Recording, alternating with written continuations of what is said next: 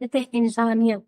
इसीलिए कहते हैं कि इंसान तो हर घर में जन्म लेता है, पर इंसानियत कहीं-कहीं जन्म लेती है। तो उन कहीं-कहीं में आप एक शामिल हो जाइए, जिससे बहुत अच्छा होगा। जब सीख दिया था रावण ने, तो वो पड़ा हुआ था, तो राम ने उससे पूछा कि जटायु, तुम युद्ध में क्यों लड़े उससे, रावण से?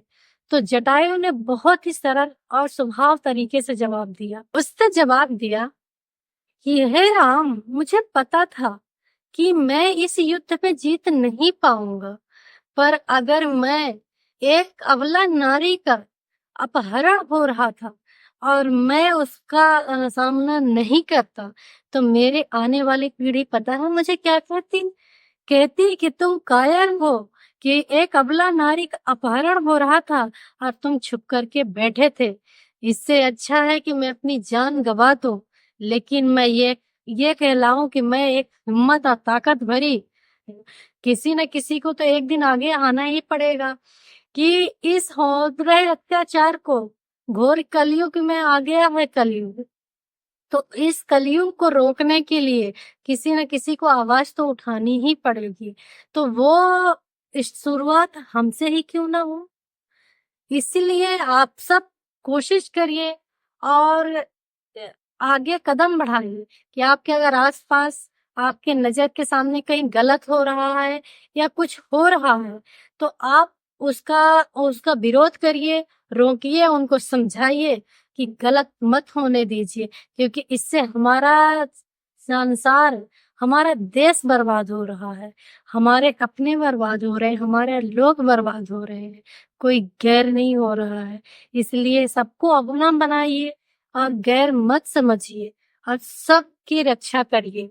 जरूरी नहीं है कि जो बॉर्डर पर जरूरी नहीं है कि जो बॉर्डर पर दिन रात जगते हैं बस उनने ही जिम्मा लेके रखा है कि हम देश की रक्षा करेंगे। हमारा भी कुछ कर्तव्य बनता है कि हम अपने देश की सुरक्षा करें।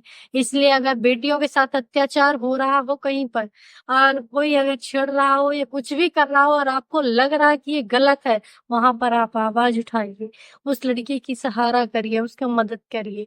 अगर कोई गरीब के साथ कोई अत्याचार किया जा रहा है, किसी भी पैसे वाले या किसी के कारण, और आपसे जितना बन पाए ना, तो उसकी आप रक्षा करिए। इसको कहते हैं इंसानियत।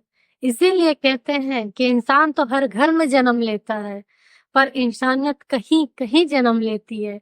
तो उन कहीं कहीं में आप एक शामिल हो जाइए, जिससे बहुत अच्छा होगा। इसलिए ये मैसेज हमारा बनाने का सिर्फ एक ही मकसद है कि हमारे देश को बचाइए, क्योंकि हमारा देश बहुत बुरी जगह फंसता जा रहा है।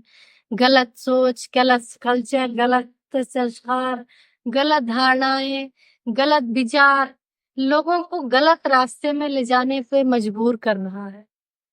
तो दूसरे का रास्ता क्यों देखें हम खुद ही ना उठाएं ये कदम, और हम खुद ही की शुरुआत करते हैं। किसी न किसी को तो आगे आना ही पड़ेगा, तो उसके आगे हम ही हो जाए।